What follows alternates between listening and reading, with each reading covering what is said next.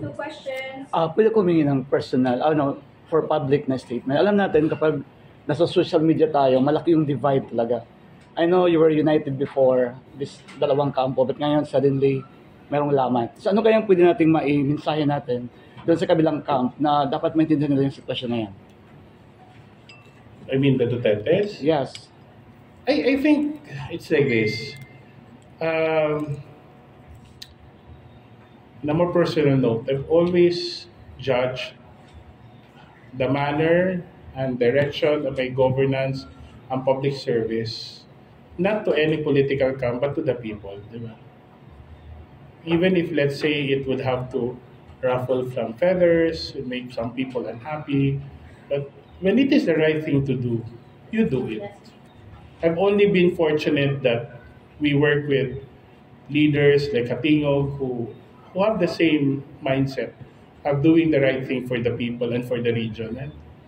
And that's why we're doing what we're doing. I don't think I'm in a position to tell others what to do.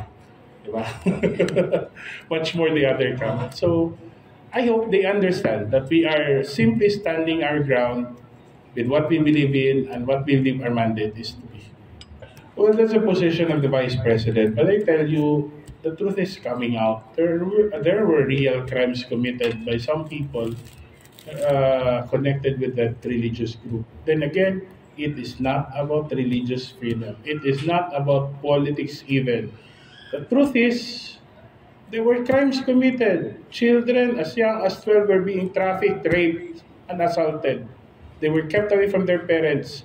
People were being sent abroad to get married and collect money for their church. This has nothing to do with what they believe in and who their leaders are and what political persuasion. This has everything to do with crimes committed against the people, trafficking, serious crimes.